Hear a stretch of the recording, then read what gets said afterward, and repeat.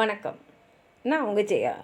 இன்றைக்கி நம்ம இந்த வீடியோவில் பொருணர் ஆற்றுப்படை இந்த நூலை பற்றி பார்க்கலாம் வாங்க. இந்த நூலுடைய ஆசிரியர் முடத்தம கண்ணியார். இந்த நூலில் மொத்தம் 248 அடிகள் இருக்குது. இது ஆசிரியர் பாவால் ஆன புறநூல். இந்த நூலுடைய பாட்டுடைய தலைவன் கரிகால் பெருவளத்தான். பெருணர்ன்ற வார்த்தை வேடந்தாங்கி நடிப்பவர்கள், அதாவது நடிகர்களுக்கும் பொருந்தும். அதே சமயத்தில் ஏற்களமோ போர்க்களமோ பரணியோ பாடுற கூத்தருக்கும் பெருணர் அப்படின்னு சொல்லுவாங்க. இந்த பாடலில் பெருணர் யாருன்னா போர்க்களத்தை பற்றி பாடுறவங்க தான். கரிகாலனோட வீர சிறப்பும் விருந்து உபசரிப்பும் அப்புறம் காவிரி ஆற்றின் சிறப்பும் இதில் கூறப்பட்டிருக்கு. அதே சமயத்தில் விருந்தினர்கள் நம்மளுடன் இருந்துவிட்டு பிரியும் போது அவர்களோட 7 அடி உடன் நடந்து அவங்கள அனுப்புகிற பழக்கம் நம்ம தமிழர் பண்பாட்டில் இருந்திருக்கு அப்படின்றதும் இந்த நூலில் பதிவு செய்யப்பட்டிருக்கு. இந்த நூலில் இருக்கக்கூடிய ஒரு 2 வரிகளை பார்க்கலாம்.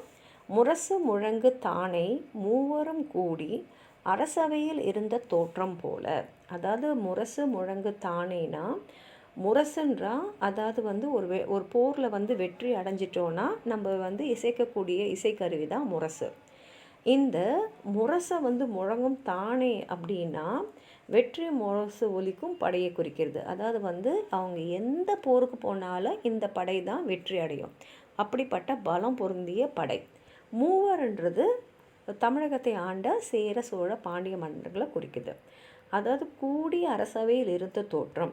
இப்போ இந்த 3 வேந்தர்களும் ஒன்றா ஒரு அரசவையில் உட்கார்ந்துருந்தாங்கன்னா எவ்வளோ அழகாக எவ்வளோ கம்பீரமான தோற்றமாக அது இருக்கும் அப்படின்றத அது குறிக்குது. இது ஒரு ஓமை. இந்த ஓமையோடைய நோக்கம் என்னென்னா, ஒரு தலைவனோட பெருமையும் அவருடைய செல்வ செழிப்பையும் அவரோட ஆட்சியின் கம்பீரத்தையும் அதிகாரத்தையும் எடுத்து காட்டுறதுக்காக சொல்லப்படுது.